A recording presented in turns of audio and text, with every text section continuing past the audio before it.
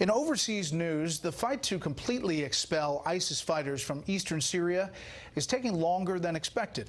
Correspondent Benjamin Hall tells us why.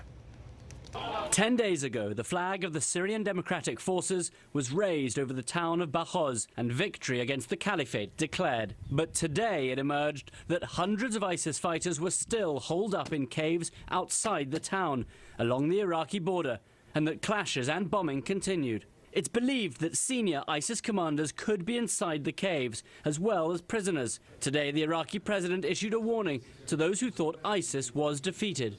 We have been there before, and there were often declarations of victory, declarations of mission accomplished, only to be reminded later that this threat is far from over.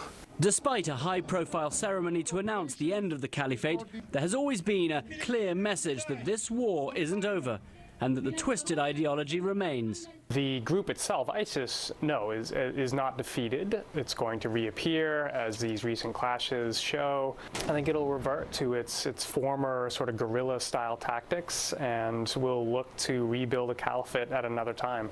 Today in Congress, the NATO Secretary General praised the achievements so far and US leadership, but issued a warning. The fight against terrorism is a generational fight.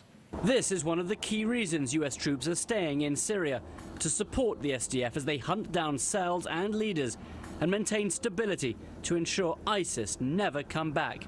It will not happen quickly. And as these ISIS clashes continue in Syria, well, the terror group is making inroads across the world, from Asia to Africa, meaning there is still much to do. Brett? Benjamin Hall in London. Benjamin, thank you.